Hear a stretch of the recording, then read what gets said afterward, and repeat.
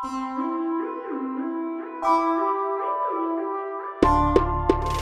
had games to play, we did artwork, we did sewing, cooking. We had the best peanut butter sandwiches and milk, the coldest milk. And we had time to do our homework. Like I said, Marillac House is just the best. Marillac House supported the community. It was always open to the community, always welcoming. We visited the elderly. We visited people in their homes when they were sick. So we did a lot of home visiting, and that is important. They would go and visit people, see what they needed, would take them food, clothing, furniture, even help them with their taxes. Through the years, there have been a whole variety of services that have been developed. I think that's been kind of the MO at Marillac, is to what's needed now? What can we do to help? Well, one of the things I love about our approach is it's intergenerational. So we're working with individuals and families at every stage of life. I grew up in the program. It gave me a sense of community, and it gave me a lot of my first experiences. We used to have a choir, cheerleading, basketball. It really was just a well-rounded program.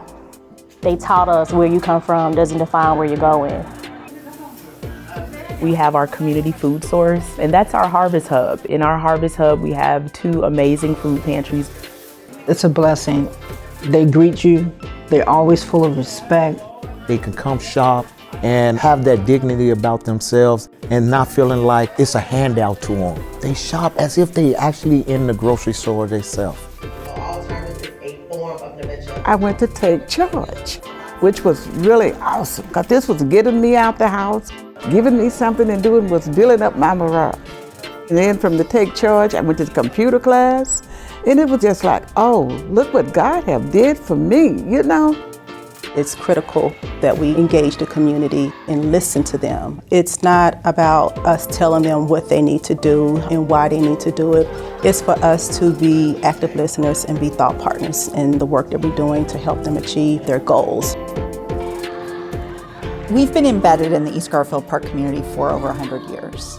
You don't last that long without talking with your community members and being a part of the community.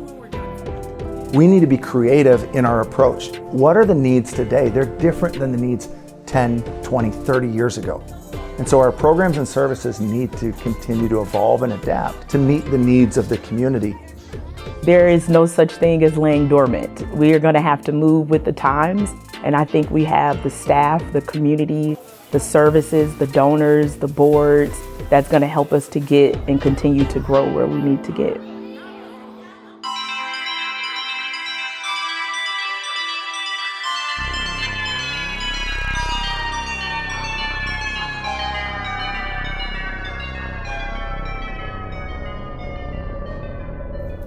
It's been sitting there, no one's been taking care of it.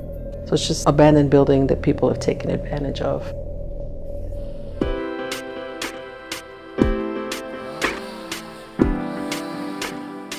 We'll have expanded early childhood. We'll continue to have youth services. We'll continue to have senior services. We actually are going to bring partners in. So we're going to have hopefully a clinic. We're talking about bringing a bank to help with financial literacy. It's a great opportunity for all families to get access. All these services are in one space. We're committed to working with our neighbors and the community on what it will look like. It's going to be transformational. Marillac St. Vincent is over 100 years old, but the Daughters of Charity is more than 400 years old. And so one of the values that I've learned from the Daughters is go where the need is greatest. Proximity matters, and it's part of what is informing our strategic decision to really invest in East Garfield Park and in the west side of Chicago, where the needs are the greatest. We're giving joy with resources. We're giving calmness with uncertainty. But I think the biggest thing that I believe that we are giving is connectedness. And so people can look at us as allies and not just another community organization in the neighborhood. One of the things I love about the Vincentian values is that it calls us to see the inherent dignity in every human being. It doesn't create an us and them, it just creates an us. It helps us to understand that there is greatness in the community we serve, there's greatness in each person we serve, and how do we together, do more.